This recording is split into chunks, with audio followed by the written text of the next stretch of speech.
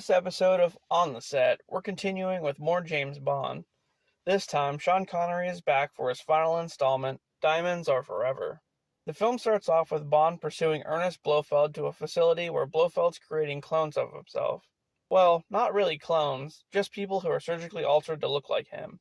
Anyway, Bond ends up killing Blofeld by drowning him in a pool of mud. Meanwhile, two assassins kill a group of diamond smugglers, and then Bond gets sent in to investigate. Bond meets with a woman named Tiffany in Amsterdam, under the disguise of Peter Franks. Suddenly, the real Peter Franks shows up and Bond has to kill him to maintain the act. Bond and Tiffany go to Los Angeles with the diamonds.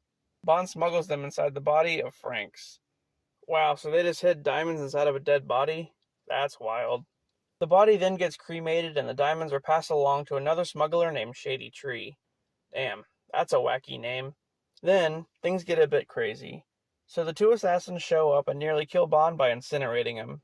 But then, Shady Tree finds out that the diamonds inside Frank's body are fake. The real diamonds were given to Bond's CIA friend, Leader. A bit later on, at a casino hotel, Tree's killed by the assassins who didn't know the other diamonds were fake. And as that's going on, Bond is distracted at a craps table where he meets Plenty O'Toole, another woman he works his charm on. And yes, there has to be at least one in every movie.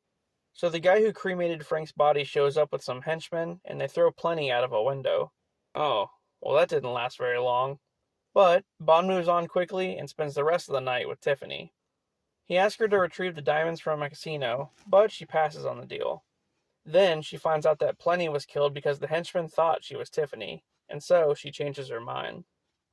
Meanwhile, the diamonds are handed off to the casino's manager, Saxby, who takes them to a lab where a satellite's being built.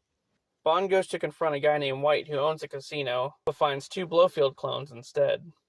After a brief altercation, two assassins knock out Bond and leave him for dead inside of a pipeline. A bit later on, Bond rescues White during a firefight at White's home, with Saxby dying in the process. During all of this, Tiffany gets kidnapped by, guess who? The real Blofeld. Yep, he's not dead. Bond and White discover Blofeld's plan on using the diamonds to power the satellite, and he plans on using that to destroy the nuclear weapons of various countries, dominating the nuclear arms race. Oh, and the satellite was already launched into space, so that sucks. Anyway, they find out that Blofeld's base is an old oil rig, and when they get there, another fight ensues with CIA helicopters bombing the rig. Blofeld tries to escape in a submarine, but Bond takes control of a crane and uses the submarine to destroy the satellite's control room, so he pretty much uses it as a wrecking ball. But does Blofeld die? We don't know. Then, Bond and Tiffany are on an ocean liner where they're attacked by the assassins yet again. Bond sets one of them on fire and Tiffany throws the other one overboard. The end. So yeah, that was Diamonds Are Forever. Apparently they're not though, because they never got them back. The movie ends with no real resolution to anything.